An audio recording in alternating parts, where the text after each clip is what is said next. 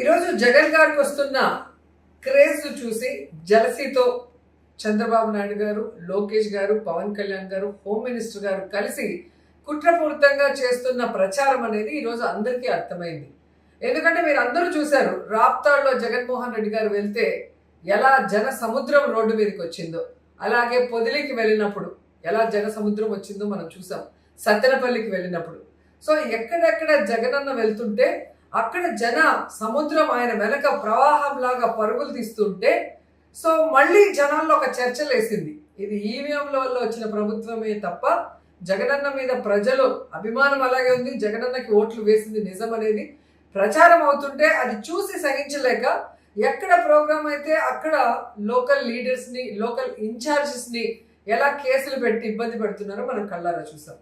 So ఈ 1 ఇయర్లో మీరు చూస్తే జగన్ గారిని ఎలాగైనా కేసు పెట్టి లోపల పెట్టాలన్న ఒక కక్ష సాధింపుతో మరి చంద్రబాబు నాయుడు, లోకేష్ అడుగడుగున ఆయన మీద అవినీతి ఆరోపణలు చేస్తూ ఏ విధంగా లిక్కర్ కేసులో కానీ, ఇసుక కేసులో కానీ, మిగతా కేసుల్లో లేని ఉన్నట్టు సృష్టించాలని చూశారు. కానీ అవి ఏవి జరగకపోయేసరికి నిన్న ఒక ఇన్సిడెంట్, జూన్ 18వ తేదీ జగనన్న వెళ్తున్న కాన్వాయ్లో ఒక మనిషి చనిపోయాడు అని చెప్పి ఈరోజు ఏదైతే చెప్తున్నారో అది జూన్ 18వ రోజు ఎస్పీ గారి ఇంటర్వ్యూ చూసినా, ప్రెస్ నోట్ చూసినా మీకు అర్థమవుతుంది. జగన్ గారి కాన్వాయ్కి సంబంధం లేదు. జగన్ గారి కాన్వాయ్ ముందు ఒక ప్రైవేటు వెహికల్ అతనికి గుద్దింది అని చెప్పి ఆ వెహికల్ నెంబర్ కూడా చెప్పి ఆ వెహికల్ ఎవరిదో వారి పేరు మీద కేసు కూడా రిజిస్టర్ చేయడం జరిగింది. కానీ జూన్ 22వ తేదీకి అది ఎలా జగన్మోహన్ రెడ్డి గారి కారు అయింది, జగన్మోహన్ రెడ్డి గారు మానవత్వం లేకుండా మనిషిని తొక్కించిపోయాడు అని చెప్పి అదే ఎస్పీ గారితో మాట్లాడించడం అనేది ఇక్కడ ప్రజలు గమనిస్తున్నారు అన్న విషయాన్ని చంద్రబాబు నాయుడు, లోకేష్ గారు తెలుసుకోవాలి. ఎందుకంటే తిరుమలలో కూడా మనం చూసాం, నెయ్యిలో ఏ కల్తీ జరగలేదని ఈవో గారు చెప్పిన దానికి 4 రోజుల తర్వాత మళ్ళీ చంద్రబాబు నాయుడు గారు బలవంతంగా ఏదో ఉంది అని చెప్పించినప్పుడు ప్రజలందరూ అర్థం చేసుకున్నారు చంద్రబాబు నాయుడు గారి కుట్ర. సో ఇక్కడ కూడా అదే, జగన్మోహన్ రెడ్డి గారిని ఎలాగైనా కేసు పెట్టి ఇరికించాలి అనుకుంటున్నారు. నేను సూటిగా అడుగుతున్నాను చంద్రబాబు నాయుడు గారిని, లోకేష్ని. ఓకే, మీరు చెప్పింది నిజం అని ఒక నిమిషం అనుకుందాం. డ్రైవింగ్ చేస్తున్న డ్రైవర్ మీద కేసు పెడతారా, లేదా కార్లో ప్రయాణిస్తున్న జగన్మోహన్ రెడ్డి గారు కానీ లేదా ఎక్స్ మినిస్టర్ల మీద కేసు పెడతారా చెప్పండి. ఎందుకంటే ఇది ఫ్యూచర్లో కూడా జరగాలి. ఈ 1 ఇయర్లో జరిగిన వాటిల్లో కూడా అలా కేసులు పెట్టాలి. ఎందుకంటే మన ఫ్లైట్ క్రాష్ అయింది, మీరు అందరూ చూసారు, ఎంతమంది ఉంటే అంతమంది చనిపోయారు ఫ్లైట్లో. మరి దానికి ఏవియేషన్ మినిస్టర్ ఎవరండి? రామ్మోహన్ నాయుడు గారు కదా. మరి ఆయన మీద ఎందుకు కేసు పెట్టలేదు? మరి సింహాచలంలో నేనే దగ్గరుండి మొత్తం ఏర్పాట్లు చేస్తానని హోంమంత్రి గారు ప్రతిరోజు ప్రెస్ మీట్ పెట్టి మాట్లాడింది. మరి వాళ్ళ చేతగానితనం వల్ల గోడ కూలి 7 మంది చనిపోతే ఎందుకు హోంమంత్రి మీద కేసు పెట్టలేదు ఒకసారి చెప్పండి. మరి పవన్ కళ్యాణ్ గారు గేమ్ చేంజర్ మీటింగ్లో ఏం చెప్పారు? యువతకి మేము ఉద్యోగాలు ఇవ్వలేకపోతున్నాం, మరి ఈరోజు యువత ఎనర్జీ ఎక్కువ ఉంది కాబట్టి షట్లు చించుకొని అరవండి, సైలెన్సర్లు పీకేసి రేస్ చేసి మీరు బైక్ రేసులు చేయండి అన్నారు. మరి ఆయన ఆరాధ్య హీరో కదా వాళ్ళకి, ఆయన మాటను తూచా తప్పకుండా వాళ్ళు రేస్ చేసుకొని పోయి 2 చనిపోయారు.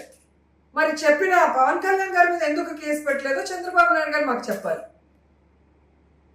సో ఇక్కడ ప్రజలు గమనిస్తున్నారు, మీరు ఎలాగైనా జగన్మోహన్ రెడ్డి గారి మీద, ఆయన మీద అభిమానంతో వచ్చే జనాల మీద, నాయకుల మీద కేసులు పెట్టి జగన్మోహన్ రెడ్డి గారి మీటింగ్కి జనాలు రాకూడదని, జగన్మోహన్ రెడ్డి అసలు రాష్ట్రంలో తిరగకూడదని మీరు చేస్తున్న కార్యక్రమం అందరూ కూడా గమనిస్తున్నారు. ఎందుకంటే మీకే డౌట్ వచ్చింది, సంవత్సరం అవుతున్నా ఈరోజు మీరు మీటింగ్లు పెడితే ప్రజలు మీ మీటింగ్లకు రావట్లేదు. బలవంతంగా మీరు ఏ విధంగా అంగన్వాడీ వాళ్ళని, అలాగే 100 రోజులు పనికి పోయే వాళ్ళని, అలాగే సంక్షేమ హాస్టల్స్లో ఉన్న పిల్లల్ని, ఇలా మీరు ఎవరెవరిని బెదిరించి తీసుకొస్తున్నారో అన్ని మీడియాలో చూస్తున్నారు. ఆ వచ్చిన వాళ్ళు కూడా మీ స్పీచ్లు వినకుండా పారిపోతున్నారు. ఇక్కడేమో జగన్ గారి కోసం రోడ్ల మీద, పొలాల మీద ఇలా పరిగెడుతున్నారు అనగానే మీరు తట్టుకోలేక ఈ విధంగా కక్షపూరిత రాజకీయం చేస్తున్నారని అందరూ అర్థం చేసుకుంటున్నారు. మీరు ఇచ్చిన ఆ వీడియో ఏదైతే 36 సెకండ్లు ఉందే, మరి దాని ముందుది దాని వెనకది ఎందుకు వీడియో లేదు? మా సినిమాలో, సీరియల్లో మనిషి నుంచి ఇలా గోడకెళ్ళి గోడ నుంచి మనిషికి వచ్చే షాట్స్ ఉంటాయి. చాలా అద్భుతంగా వాళ్ళు మిక్స్ అండ్ మ్యాచ్ చేస్తారు. అలాగా మీరు Jagan garu convoy car, black car door కింద మనిషి, మళ్ళీ అక్కడి నుంచి బ్లాక్ కారు డోర్కి వచ్చి మళ్ళీ వస్తారు. ఇది ఎక్కడైనా జరిగే పనే ఉందా? ఒకవేళ అలా జరుగుంటే ఎస్పీ గారు ఎందుకు జగన్మోహన్ రెడ్డి గారు కాన్వాయ్ కాదు, ప్రైవేట్ వెహికల్ పలానా నెంబరు అని ఎందుకు కేసు పెట్టాడో చెప్పాలి. మీరు పయ్యావుల కేశవ్ గారు, అనిత గారు ప్రెస్ మీట్లలో జగన్ గారు కారే అని చెప్పిన తర్వాత 22వ తేదీ ఎందుకు ఎస్పీ గారు మార్చి మాట్లాడారో మీరే చెప్పాలి.